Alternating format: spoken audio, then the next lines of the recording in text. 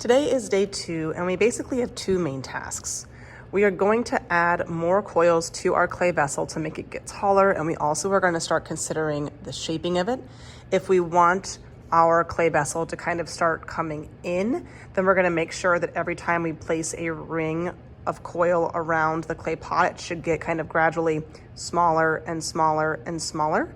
If you want your clay vessel to start coming out, then it's the opposite. Every time you add a ring, you make it get a little bigger, a little bigger, a little bigger until you have the shape you want.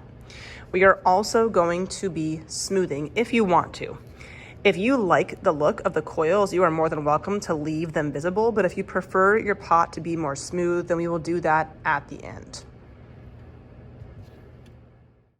Remember today, as you're rolling your coils, you want to make sure you keep them nice and thick, about the thickness of your thumb.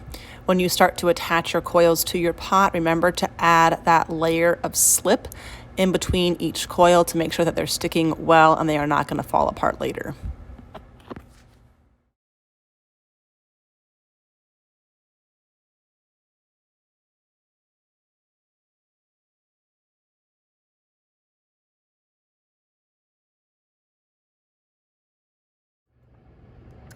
Once you think you have your pot built up to kind of the size and the height and the shape that you want, if you were going to leave the coils visible, then you're done. You can simply turn things in.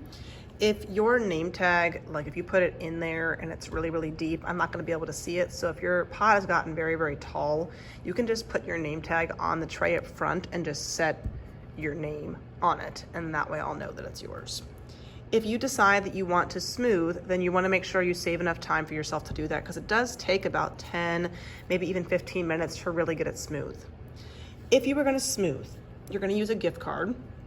And the biggest thing is you want to make sure that you are not just smashing your pot and you're not pulling it. If you pull it, it will stretch and it will kind of fall apart. When I start to smooth, it could be on your table. I'm just going to kind of hold it in my hand so you guys can see. But some kids start going like this and it's not doing much. You have to be a little bit aggressive. I'm gonna pull my gift card and my goal is to basically drag clay from one coil kind of into the next. That is what's going to smooth out all of those ridges and bumps. If you have some clay kind of coming off, you can just swipe it off the gift card and put that down. This takes time. You have to go around and do this to the pot a lot. And again, if you're doing it and not much is happening, you might need to push a little bit harder so you can drag that clay from one coil to the next. You can go bottom to top. If you're standing up, it usually works well. I kind of put 2 fingers or however many I can fit inside my pot. The shape of your pot is going to change a little bit as you smooth. I wouldn't worry too much about that until the end. I'm just going to work on smoothing all of these coils together and making sure that I'm not stretching or do anything drastic. It should be a very, very kind of gentle motion that's just blending coils together.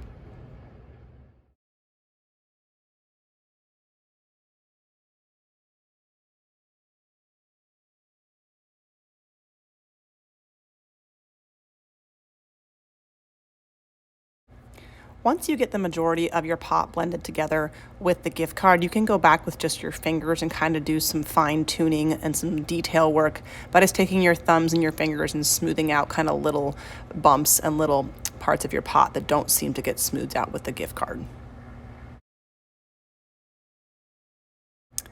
At the very end, when you feel like you're done smoothing out the big parts, as your final step, you can take a sponge. It should not be soaking wet. Try to wring out most of the water and kind of drape that sponge around the top edge, especially of your pot.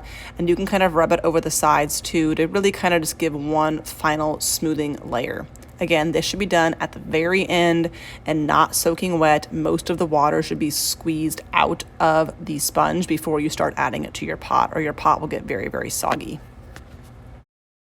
Remember, again, when you're finished, you want to take your clay vessel, take your name tag. Most of them are going to be very, very big, and if your name tag's stuck down in the bottom, I can't read it, so you can just set your name tag on the tray and set your pot on top of it.